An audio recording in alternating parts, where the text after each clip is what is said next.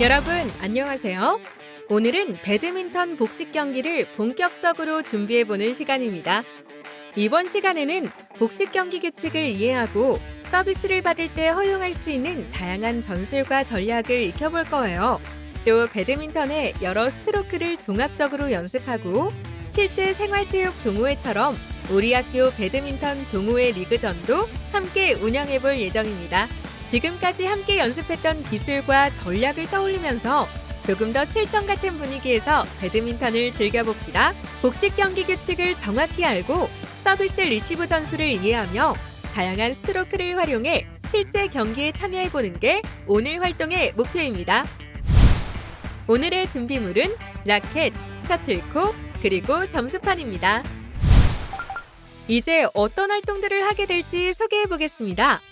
먼저 개인 챌린지에서는 블라인드 챌린지를 통해 상대의 움직임이 보이지 않는 상황에서도 셔틀콕의 방향을 빠르게 판단하고 정확한 스텝으로 공을 받아내는 연습을 해봅니다. 코트 전체를 활용해 움직이며 순발력과 판단력을 동시에 키우는 활동으로 실제 경기에서 빠른 대응 능력을 기르는 데 큰 도움이 될 거예요. 다음으로는 전략과 전술을 익히는 시간입니다. 이 시간에는 복식 경기에서 경기 흐름을 좌우하는 서비스 리시브에 대해 집중적으로 배워봅니다. 짧은 서비스와 긴 서비스가 들어왔을 때 각각 어떻게 대응해야 하는지, 어떤 선택이 공격으로 이어질 수 있는지 다양한 상황을 통해 알아볼 거예요.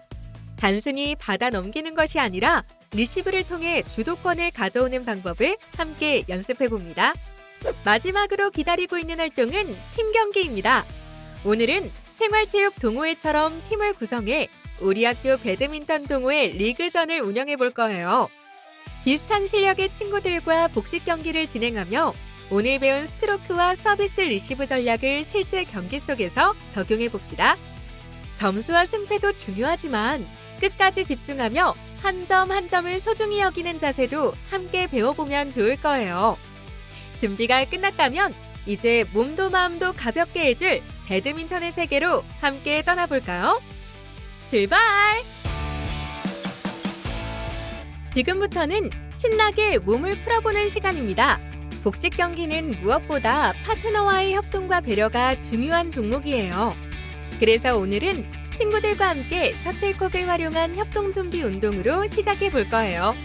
먼저 손목과 발목을 천천히 풀어주며 관절을 준비하고 몸이 어느 정도 풀렸다면 활동 설명을 들어봅니다. 이번 준비 운동의 이름은 다 같이 한마음 한뜻으로입니다. 팀원 한 사람당 셔틀콕 하나씩을 들고 다 함께 원을 그리며 서주세요. 이제 셔틀콕을 자신의 머리 위로 가볍게 던진 뒤 오른쪽으로 한 칸 이동해 옆 친구가 던진 셔틀콕을 잡습니다. 이렇게 팀원 전원이 셔틀콕을 잡는 데 성공하면 점수를 얻을 수 있어요. 이때 친구가 잡기 쉽게 옆으로 던져주는 행동은 반칙이니 주의해주세요. 과연 우리 팀은 5점을 성공하는데 몇 분이 걸릴까요?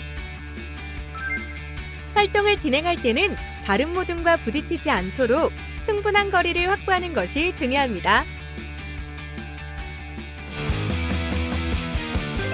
다음은 개인 챌린지 시간입니다. 오늘은 지금까지 배웠던 스텝과 기술을 종합적으로 활용해 빠르고 정확하게 움직이는 연습을 해볼 건데요. 지금부터 해볼 활동의 이름은 바로 블라인드 챌린지입니다. 이 챌린지를 통해 셔틀콕의 방향을 예측하며 순간 반응 속도와 판단력을 키울 수 있습니다. 먼저 네트 중앙을 돗자리나 천막으로 가려 상대방의 움직임이 보이지 않도록 준비해주세요.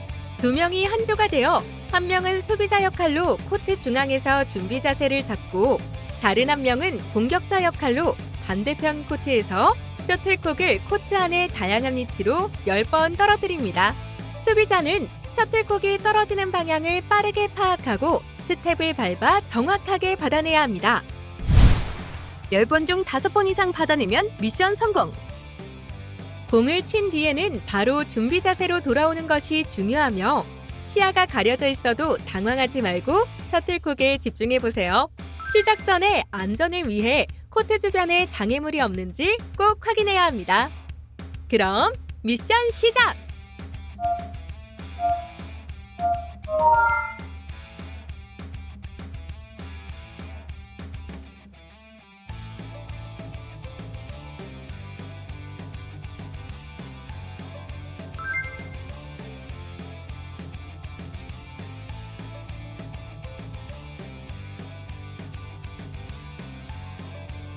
미션 성공입니다.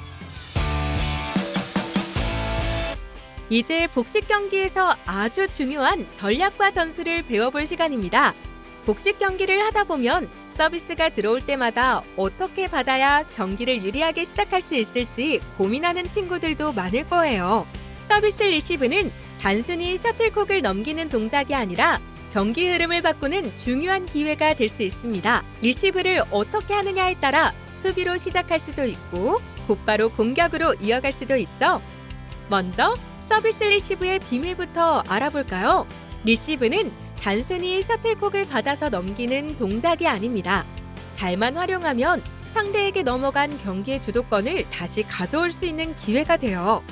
리시브만 좋아도 상대의 서비스 전략을 흔들 수 있고 우리 팀이 먼저 공격권을 잡을 수 있습니다. 이제 본격적으로 서비스 리시브 전술 방법을 살펴보겠습니다. 먼저 짧은 서비스가 들어왔을 때 리시브 방법입니다. 상대가 짧게 서비스를 넣었다면 네트 앞에서 바로 셔틀콕을 받아 짧게 떨어뜨려 보세요. 이때 중요한 포인트는 상대가 어디에 서 있는지를 보고 셔틀콕을 떨어뜨리는 방향을 바꾸는 것입니다. 공을 떨어뜨린 뒤에는 라켓을 들고 앞으로 전진해 상대가 다시 네트 앞 공격을 하지 못하도록 압박해야 합니다. 이렇게 네트를 먼저 차지하면 자연스럽게 공격권을 가져올 수 있습니다. 또 하나의 방법은 상대의 빈틈을 노리는 것입니다. 서비스를 넣을 때 상대는 보통 앞과 뒤로 나뉘어 서 있기 때문에 코트의 사이드 쪽, 특히 중간 지점이 비어 있는 경우가 많습니다. 그 빈 공간으로 셔틀콕을 빠르게 떨어뜨리면 상대가 받기 어렵고 혹시 받아낸다 해도 우리 팀이 공격 흐름을 계속 이어갈 수 있습니다. 세 번째는 상대를 뒤쪽으로 밀어내는 방법입니다. 짧게 들어온 서비스를 뒤쪽 사이드로 빠르게 밀어주면 상대가 제대로 받아내기 어려워지고 우리가 공격할 수 있는 확률도 높아집니다. 특히 상대의 백핸드 쪽으로 밀어주면 강하게 반격하기 힘들기 때문에 훨씬 효과적인 선택이 됩니다. 다음은 긴 서비스가 들어왔을 때 리시브 전술입니다. 상대가 긴 서비스를 넣었다면 천천히 따라가서는 안 됩니다. 빠르게 준비해서 강한 스매시로 공격해보세요. 이때 가장 중요한 포인트는 상대의 준비 자세를 보는 것입니다. 상대가 늦게 움직이거나 균형이 무너진 쪽을 노려 스매시를 때리면 훨씬 높은 성공률로 공격을 마무리할 수 있습니다. 하지만 긴 서비스가 왔다고 해서 무조건 스매시만 노리면 실수가 나올 수 있습니다. 그럴 때는 잠시 숨을 고르듯 드롭으로 상대를 눌러주는 것도 좋은 방법입니다. 셔틀콕이 네트 위로 너무 높게 뜨지 않도록 주의하면서 네트 바로 앞에 툭 떨어뜨려 보세요. 드롭으로 상대를 앞으로 뜨게 만든 뒤 빈 공간이 보이면 다시 강한 공격으로 연결하면 됩니다. 이제 서비스 리시브를 할 때 꼭 기억해야 할 유의사항을 살펴보겠습니다. 먼저 준비 자세입니다. 리시브를 할 때는 무릎을 살짝 굽히고 라켓을 앞쪽에 두어 낮고 공격적인 자세를 만들어야 합니다. 이렇게 준비하면 짧은 서비스가 오더라도 빠르게 앞으로 전진해 셔틀콕을 칠 수 있습니다. 뒤로 오는 공은 떨어지는 데 시간이 있어 비교적 여유가 있지만 앞쪽으로 오는 공은 높이가 낮아 반응 시간이 짧기 때문에 미리 준비하는 것이 훨씬 유리합니다. 물론 상대가 긴 서비스를 넣을 수도 있으니 항상 뒤쪽 상황도 함께 생각하며 준비해야 합니다. 두 번째 유의사항은 파트너와의 소통과 로테이션입니다. 복식 경기는 리시브 이후 바로 움직임이 이어져야 합니다. 리시브를 하기 전에 파트너와 어떤 전략으로 경기를 시작할지 미리 이야기해 두는 것이 좋습니다. 리시브를 짧게 해서 네트 플레이로 들어갔다면 파트너가 뒤쪽을 커버해야 하고 언더로 수비했다면 파트너와 함께 바로 수비 자세를 준비해야 합니다. 서로의 위치와 역할을 이해하고 움직일수록 훨씬 안정적인 경기를 할 수 있습니다. 이제부터는 활동 팁을 함께 살펴볼까요? 첫 번째는 다양한 리시브를 활용하는 것입니다. 항상 같은 리시브만 사용하면 상대가 쉽게 예측할 수 있습니다. 상황에 따라 리시브 방법을 바꿔주는 것만으로도 상대에게 큰 부담을 줄 수 있습니다. 두 번째는 자세가 흐트러졌을 때의 선택입니다. 스매시나 드롭, 헤어핀으로 바로 공격하고 싶을 수 있지만 자세가 불안정하다면 무리하지 않는 것이 중요합니다. 급하게 공격하다 실수하는 것보다 안정적이고 정확한 수비를 선택하는 것이 오히려 다음 공격 기회를 만드는 현명한 방법입니다. 셔틀콕을 상대 코트 깊숙이 보내거나 빈 공간으로 보내며 차분하게 다음 상황을 준비해보세요. 마지막으로 리시브가 어렵게 느껴진다면 이 세 가지만 기억하면 됩니다. 첫째, 짧은 서비스에는 네트 앞을 먼저 차지하기. 둘째, 상대의 약점인 빈 공간이나 백핸드를 노려 공격하기. 셋째, 라켓을 항상 들고 공격적인 자세를 유지하기. 이 세 가지만 잘 기억하고 활용해도 서비스 리시브에 자신이 생기고 복식 경기에서도 주도권을 잡을 수 있을 거예요. 이제 오늘 배운 실력을 실제로 확인해 볼 경기 시간입니다. 배드민턴은 생활체육 동호회에서도 정말 많이 즐기는 스포츠인데요. 실제 동호회에서는 보통 실력에 맞게 조를 나눠서 경기를 진행해요. 오늘은 우리도 그 방식 그대로 우리 학교 배드민턴 동호회 리그전을 열어보겠습니다. 24명 기준으로 6명씩 4팀으로 팀을 편성해요.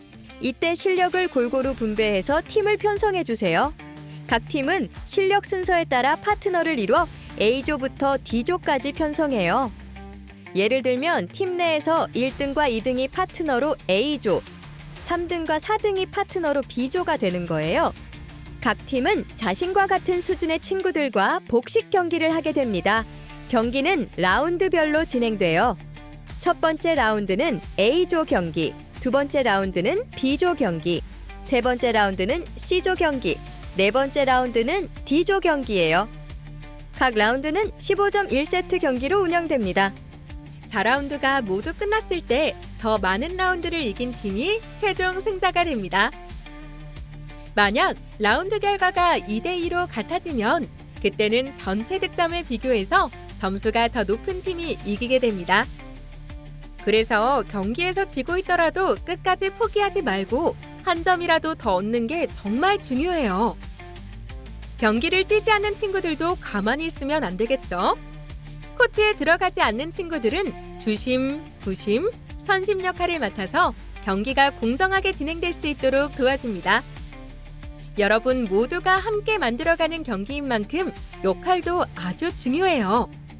승부도 중요하지만 오늘은 서로의 실력을 존중하고 응원하면서 함께 성장하는 시간이 되면 좋겠습니다.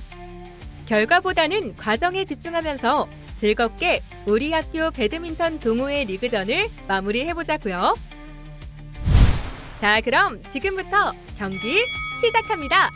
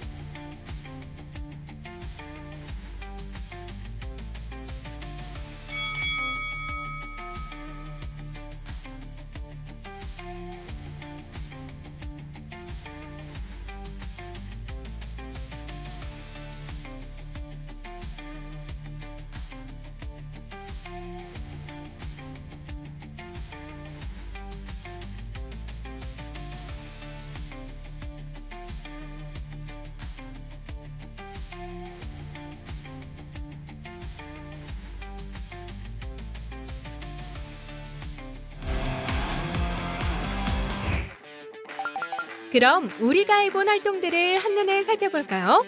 개인 챌린지에서는 블라인드 챌린지를 통해 지금까지 배웠던 스택과 스트로크를 활용해 코트 전체에 떨어지는 셔틀콕을 받아내는 연습을 해봤어요. 이 활동을 통해 빠르게 반응하는 순발력과 코트 공간을 읽는 감각을 함께 기를 수 있었습니다. 전략과 전술 익히기 시간에는 서비스 리시브의 여러 가지 방법과 그 중요성에 대해 배워봤어요. 단순히 셔틀콕을 받아서 넘기기만 하는 것이 아니라 리시브 하나로 경기 흐름을 어떻게 주도할 수 있는지 기본 전략을 익힐 수 있었습니다. 마지막 경기 활동에서는 팀을 나누어 나와 비슷한 실력을 가진 친구들과 복식 경기를 진행해봤습니다.